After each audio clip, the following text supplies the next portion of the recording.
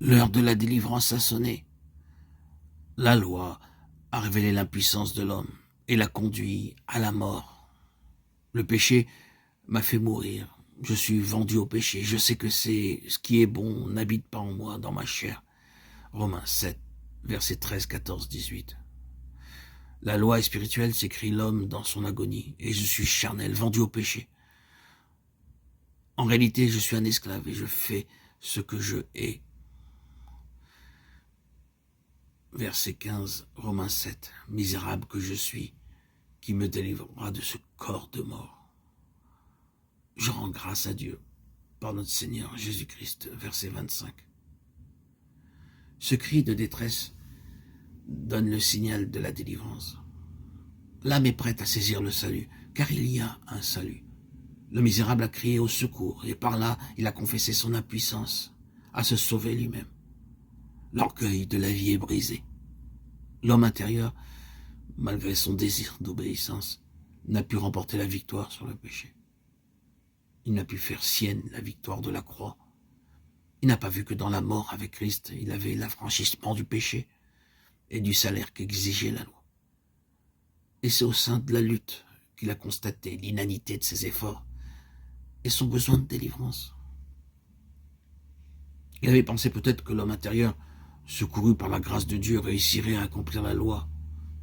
Ayant commencé par l'esprit après avoir été réconcilié avec Dieu par le sang de la croix, peut-être a-t-il essayé de croître dans la grâce spirituellement en s'appuyant sur la chair, en marchant avec ses propres moyens, ses propres forces. Enfant de Dieu, retourne donc à la croix, tes forces sont insatisfaisantes. C'est la loi de l'esprit de vie en Christ qui t'affranchira par le sacrifice accompli pour toi au calvaire. La loi ne domine sur toi qu'autant que tu es en vie. Romains 7, 1. Or, tu es crucifié avec Christ, enseveli en sa mort. Tu es donc mort à la loi. Et celle-ci devient inopérante par la foi en Dieu, par la foi en son amour, manifesté en Jésus. Crois-tu cela? Colossiens 2, 12. Alors la loi n'a plus de pouvoir sur toi, puisque tu es mort à toi-même. Tu es uni à celui qui ressuscite des morts. Et tandis que tu t'abandonnes au Sauveur pour qu'il agisse en toi, la loi de l'esprit de vie qui est en Jésus-Christ t'affranchit du péché et de la mort. Romains 8, 2, 3.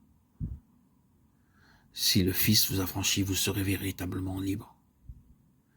Tu découvres alors que ce que la loi ne pouvait accomplir par ses ordonnances, par son action toute extérieure, Jésus l'a accompli en revêtant ton humanité pour mourir à ta place.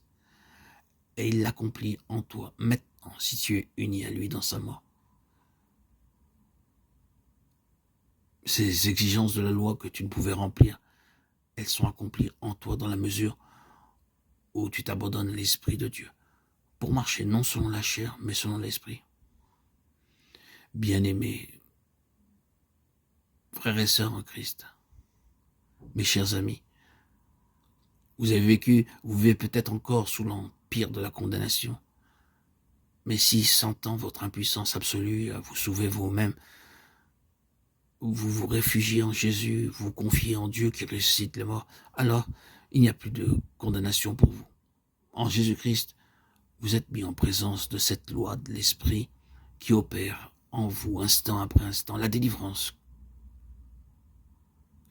que vous avez saisie par la foi et qui affranchit de l'esclavage du péché. Frères et sœurs en Christ bien-aimés, mes chers amis, mes chers auditeurs, auditrices, vous avez été appelés à la liberté. C'est ce qu'écrit l'apôtre aux Galates. Et il nous demande seulement de veiller à ce que cette liberté ne devienne pas pour nous une occasion de vivre selon la chair. Galates 5, 13. Il nous faut donc veiller soigneusement à marcher selon l'esprit. Romains 8, 5. Recherchant les choses spirituelles. Par la loi de l'esprit de vie qui habite en vous, veillez à ne pas accomplir des désirs de la chair, mais à les crucifier. Romains 8, 13. Ainsi, conduits de jour en jour par l'Esprit de Dieu, nous vivrons.